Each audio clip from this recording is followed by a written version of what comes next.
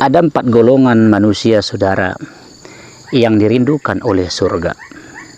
Ini luar biasa, saudara, karena biasanya justru kita yang rindu kepada surga, kepingin masuk surga. Namun kali ini justru surga yang rindu kepada kita. Siapa saja keempat golongan manusia yang dirindukan oleh surga ini, saudara? Yang pertama, talil Quran. Mereka yang gemar membaca Al-Quranul Karim.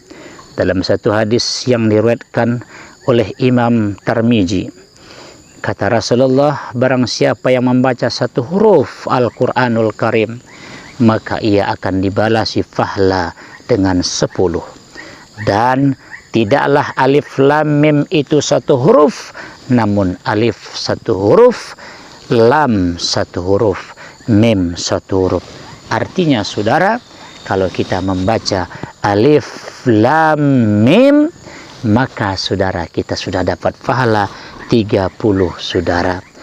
Dan saudara, orang yang membaca Al-Quran walau tanpa pakai wudhu, asal dia tidak berhadas besar, dia tetap mendapatkan pahala. Namun tentunya, saudara, pahala orang yang membaca Al-Quran dengan berwudhu lebih besar dibandingkan dengan pahala orang yang membaca Al-Quran tanpa dengan wudhu. Kemudian orang yang membaca Al-Quran, saudara, di dalam sholat, pahalanya lebih besar ketimbang orang yang membaca Al-Quran di luar sholat. Kemudian, saudara, orang yang membaca Al-Quran fi syahri Ramadan, orang yang membaca Al-Quran di bulan Ramadan, pahalanya akan lebih besar ketimbang orang yang membaca Al-Quran di luar Ramadan.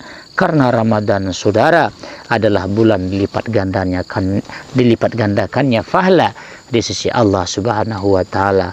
Makanya, saudara, kita lihat di mana-mana masjid di penjuru dunia, dari kota sampai ke desa, masjid pada bulan Ramadan ramai, tua muda, mereka pada berlomba-lomba fastabiqul khairat, membaca Al-Quranul Karim. Alhamdulillah. Kemudian, saudara, golongan yang kedua yang dirindukan oleh surganya Allah adalah wahafizil lisan. Mereka yang pandai menjaga lidahnya, saudara. Lidah ini, saudara, nampaknya memang kecil, namun lidah ini sangat berbahaya. Orang sering mengatakan lidah itu nampak tumpul, tapi lebih tajam daripada pedang.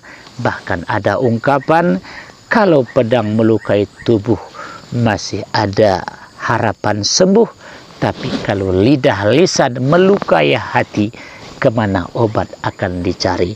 Maka orang yang pandai menjaga lisan, pandai menjaga ucapan, mereka akan dirindukan oleh surganya Allah Subhanahu wa Ta'ala. Yang ketiga, saudara, orang-orang yang dirindukan oleh surga adalah wa mut'imil ji'an, orang yang memberikan makan orang yang lapar.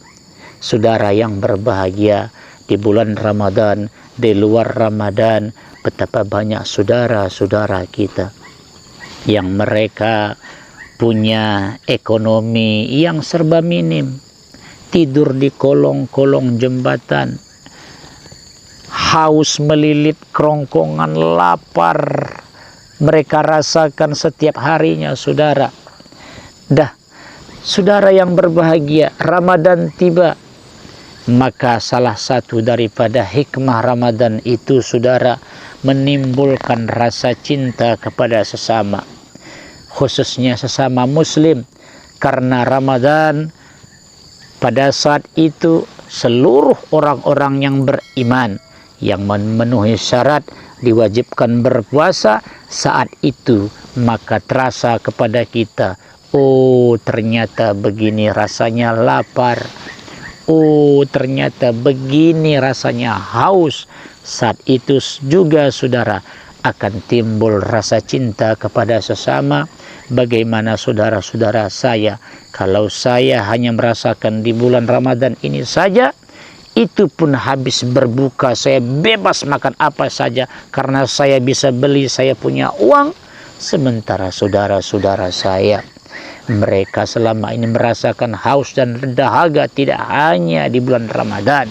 Saudara, mereka yang menolong, mereka yang membantu fakir miskin, mereka yang memberikan makan orang-orang yang lapar, mereka akan dirindukan oleh syurganya Allah subhanahu wa ta'ala. Amin ya rabbal alamin. Kemudian yang terakhir, yang keempat saudara, yang dirindukan oleh syurga adalah wasa'imina fi Ramadan, orang-orang yang melaksanakan puasa di bulan Ramadan. Ya ayyuhalladzina amanu, wahai orang-orang yang beriman, kutiba alaikumusiyam, diwajibkan atas kamu berpuasa, kama kutiba alal ladina min qablikum, sebagaimana telah diwajibkan atas orang-orang sebelum kamu, la'allakum tattaqun, mudah-mudahan kamu bertakwa. Saudara yang berbahagia, Allah mewajibkan Ramadan ini saudara, agar selama ini saudara, kalau kita lupa diri, lupa kepada sesama, lupa kepada orang lain, tidak peduli kepada orang lain, dengan adanya bulan Ramadan ini saudara menyadarkan kita, dan sekaligus saudara Ramadan ini mendidik kita untuk jangan menuruti hawa nafsu kita. Puasa ini bertujuan bagaimana supaya kita bisa mengendalikan hawa nafsu kita saudara. Puasa bukan membunuh hawa nafsu, karena manusia tanpa nafsu bukan manusia, tapi puasa saudara bertujuan bagaimana supaya kita bisa dan mampu mengendalikan hawa nafsu kita itu sendiri. Justru orang yang kuat bukanlah orang yang bertato dan berotot kekar, namun dalam Islam orang yang kuat itu mereka yang mampu menundukkan hawa nafsunya. Demikian saudara, semoga bermanfaat. Billahi taufik. Assalamualaikum warahmatullahi wabarakatuh.